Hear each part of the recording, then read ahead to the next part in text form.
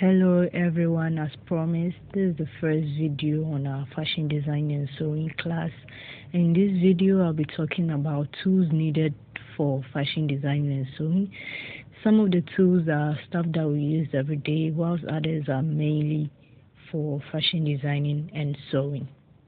So first you will need eraser. You also need pencil. These are basic stuff that are easy to find everywhere. You also need sharpener. Then you need a paper cutting scissors. You need two types of scissors. The first one is a paper cutting scissors, which is mainly for paper. And then you also need a fabric scissors. And you shouldn't use your fabric scissors to cut paper. And you shouldn't use your paper scissors to cut fabric. You also need a tracing wheel. Later on, I'll show you how to use it. You find this at Needle Talker to Sew. You also need seam ripper. There are different types of seam rippers. So as you can see, there are different types. You find all these at Needle Talker to Sew, and I know that the other places that you can find this. You also need pins.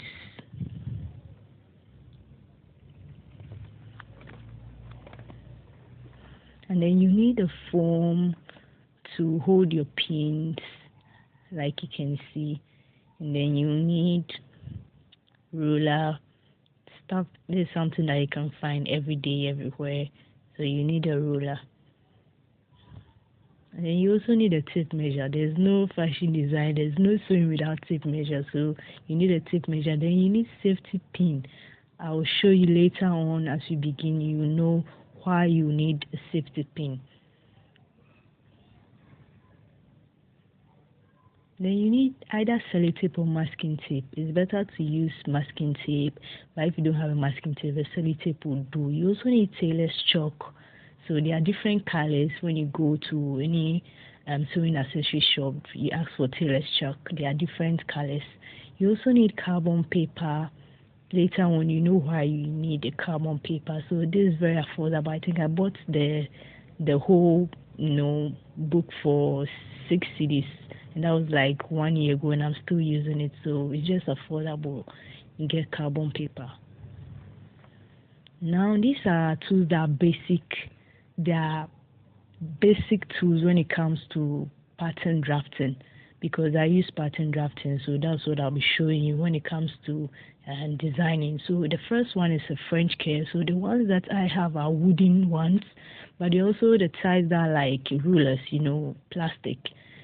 So what I have is the wooden type. So this one is French curve. The French curve is for necklines and armholes. And you also need a yardstick. Yardstick when you want to draw a line that is very long. So you can use a ruler and use your yardstick for that.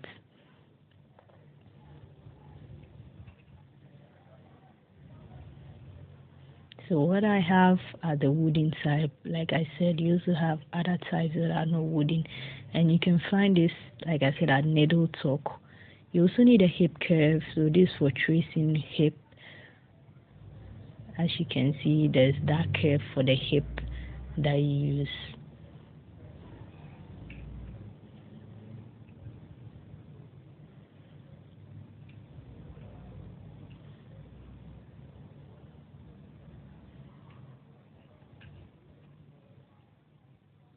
Now you also need an iron. If you already have an iron in your house, you can start with that. No need to go and buy another iron. But if you don't have, then you need an iron.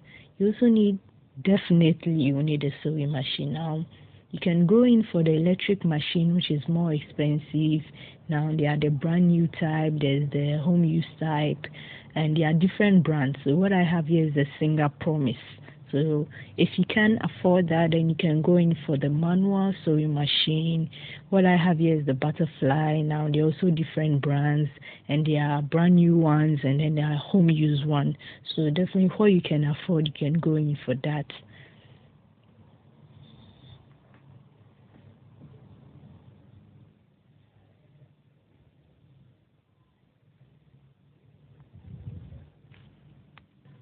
Now you need a lot of brown paper, because like I said, I do pattern drafting. I don't do freehand, so I'll be showing you everything through pattern drafting. Some of the things I do freehand, I'll show you that, but most of the things I use patterns. So you need brown paper. Brown paper is like 60%, 70, 80, 1 CD. So you can buy it in bulk, like 20 CDs.